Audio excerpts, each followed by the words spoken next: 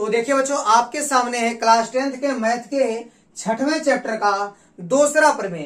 देखिए जो दूसरा प्रमेय है वो पहले वाले प्रमेय का विलोम है। तो देखिए बच्चों, इस प्रमेय में बोला गया है यदि एक रेखा किसी त्रिभुज की दो भुजाओं को एक ही अनुपात में विभाजित करे तो वह तीसरी भुजा के समांतर होती है। जैसे आप एक त्रिभुज बना लीजिए, देखिए आप यहां पर एक त्रिभुज बना लीजिए।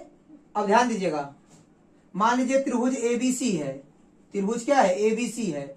और एक रेखा है जो AB और AC को एक ही अनुपात में विभाजित करती है। मान लीजिए यहाँ बिंदु P है, यहाँ बिंदु Q है। ठीक है, तो ज्ञात क्या है? देखिए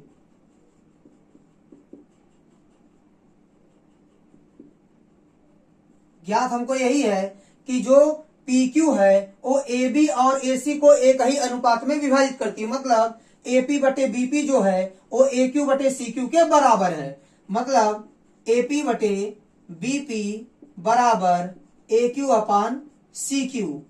तो आपको सीधे क्या करना है कि यह वाली रेखा जो है वो तीसरी भुजा के समांतर होगी। तो यहां लिखेंगे सिद्ध करना है, सिद्ध करना है। क्या सिद्ध करना हमको? कि जो PQ है वो आपका समांतर है। किसके समांतर है? BC के समांतर है। इसी को सिद्ध करना है। ठीक है, तो बच्चों ध्यान दीजिएगा, थेल्स प्रमेय में क्या था कि PQ आपका BC के समांतर था और आप उसमें प्रूफ किए थे कि AP upon BP is equal to AQ upon CQ। और यहाँ पर इसका उल्टा करना है। यहाँ पर आपको ज्ञात है AP upon BP is equal to AQ upon CQ और आपको प्रूफ क्या करना है? PQ BC के समांतर होगा। तो चलिए बच्चों आगे इसको सॉल्व करते हैं। आप रचना इसमें कर सकते हैं। रचना में क्या करना है देखिए ध्यान से। देखिए PQ आपका BC के समांतर है, इस बात को आपको प्रूफ करना है। मतलब अभी यह नहीं पता है आपको कि PQ BC के समांतर है या नहीं। ठीक है, अभी समांतर मान के नहीं चलेंगे। क्यों?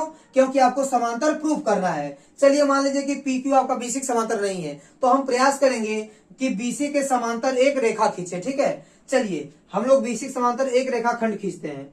मान लीजिए कि यह जो मैं रेखा खंड खींच रहा हूं वह आपका BC के समांतर है।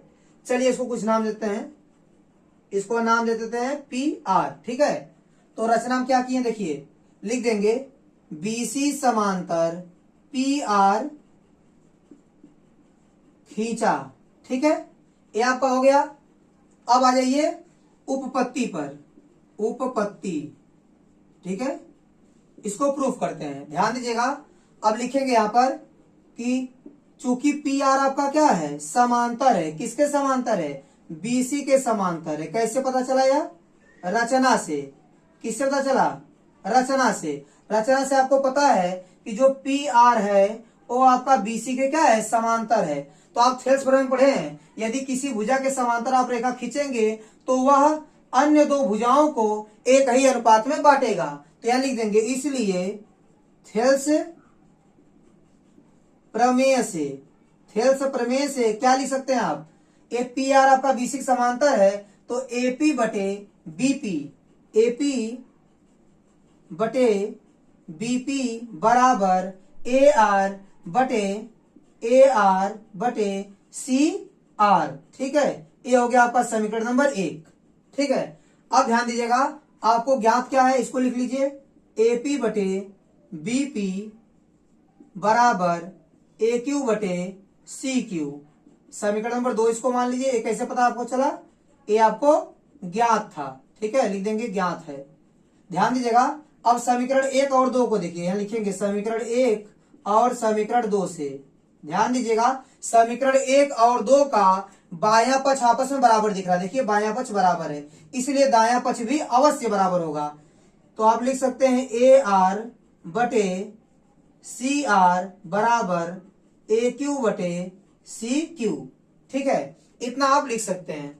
तो चलिए बच्चों इसको और आगे सॉल्व करते हैं। देखिए AR बटे CR बराबर AQ बटे कितना है? CQ। दोनों पक्षों में आप एक जोड़ दीजिए, इधर भी एक को जोड़ दीजिए और इधर भी एक को जोड़ दीजिए। देखिए आपको क्या मिलता है? ए हो गया AR और CR का गुणा एक में हो जाएगा तो CR और बटे कितना हो जाएगा? CR बराबर ए हो गया आपका ए क्यू और प्लस सी क्यू का गुणा एक में होगा तो हो जाएगा सी क्यू और पूरे एक बटे कितना आ जाएगा सी क्यू। ठीक है, आप यहाँ एक बटे एक करके भी सॉल्व कर सकते हैं एलसीएम लेकर। देखिए बच्चों यहाँ पर आप ए आर को और सी आर को जोड़ेंगे। देखिए ए आर और सी आर, ए आर और प्लस सी आर, इसको जोड़ेंगे तो ए सी मिल जाएगा आपको और बटे सी आर बराबर ए क्यू और सी क्यू को जोड़िए। ए हो गया आपका ए क्यू और प्लस सी क्यू, ए क्यू और सी क्यू को जोड़ेंगे तो फिर मिल जाएगा आपको ए सी अपान सी क्यू। देखिए ए सी से ए सी कैंसिल हो जाएगा। ठीक है, अब तिर्यक गुणा कर लेंगे तो सी आर का गुणा एक में करेंगे तो आपको मिलेगा सी आर बराबर एक का गुणा सी क्यू में करेंगे तो आपको मिलेगा सी क्यू। तो सी आर को आप क्या लिख सकते हैं, देखिए ध्यान से, सी आर यहां से यहां तक। ठीक है, सी आर को आप लिख सकते हैं C Q plus Q R. आप इसको लिख सकते हैं C Q plus Q R बराबर क्या हो गया सी क्यू। अब देखिए सी क्यू से सी क्यू कैंसिल हो जाएगा तो क्यू आर का मान कितना आ जाएगा, क्यू आर का मान आ गया 0। कहने का सेंस है क्यू आर का मान 0 मतलब क्यू और आर के बीच की दूरी क्या हो गई 0। मतलब अगर क्यू और आर, क्यू आर का मान 0 हो जाएगा, देखिए इसका मान यदि 0 हो जाएगा तो आपका आर और क्यू एक ही बिंदु हो जाएगा। तो अगर आर और क्यू, देखिए क्यू आर आपका यदि 0 है तो आप बोल सकते हैं कि क्यू और आर दोनों आपस में क्या है, समपाती है या एक ही बिंदु है। तो आप यह लिख सकते हैं। इसके बाद देखिए क्या लिख सकते हैं आप, इसलिए क्यू तथा आर क्या है, समपाती हैं, समपाती हैं। तो दोनों क्या हो जाएंगे, समपाती हो जाएंगे। तो समपाती है तो आप क्या लिख सकते हैं, देखिए मैं यहां लिख रहा हूं। ठीक है, तो आप लिख सकते हैं इसलिए पी आर तथा पी क्यू समपाती हैं, क्या है, समपाती हैं। और इसलिए ध्यान दीजिएगा, जब आपका पी आर और पी क्यू समपाती है और आप रचना मान चुके हैं कि पी आर आपका बीसी के समांतर है। ठीक है, पी आर आपका किसके समांतर है, बीसी के समांतर है और पी आर और पी क्यू समपाती है तो पी क्यू भी आपका क्या हो जाएगा, बीसी के समांतर हो जाएगा। ठीक है, तो इसलिए आप लिख सकते हैं इसलिए पी क्यू आपका क्या हो जाएगा, समांतर हो जाएगा, किसके, बीसी के समांतर हो जाएगा।